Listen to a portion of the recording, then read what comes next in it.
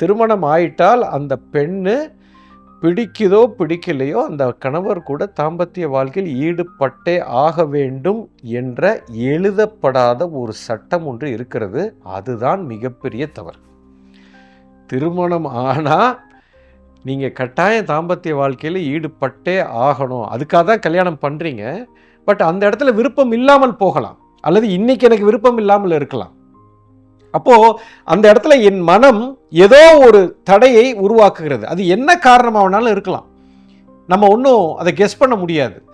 So அந்த மாதிரி ஒரு சூழ்நிலையில் ஒரு ஆணுக்கோ ஒரு பெண்ணுக்கோ தோன்றி என்னால் இதில் ஈடுபட முடியாது அப்படின்னு சொல்லிட்டா அதுக்கு மரியாதை கொடுத்தே ஆக வேண்டும். அதை நாமல் புரிந்து கொள்ள வேண்டும்.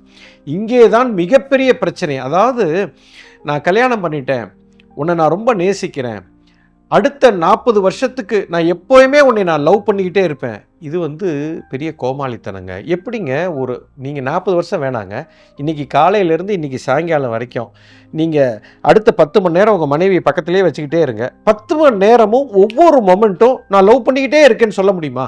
ஒரு குணம் நீங்கள் லவ் பண்ணுவீங்க, அடுத்த கணம் கோவம் வரும், அடுத்த கணம் சிரிப்பீங்க, அடுத்த கணம் கிண்டல் பண்ணுவோம், அடுத்த கணம் வெறுப்பு வரும், அடுத்த மொமெண்ட்டில் எனக்கு பொறாமை வரும், என்னென்னமோ உணர்வு மாறிக்கிட்டே இருக்கும்.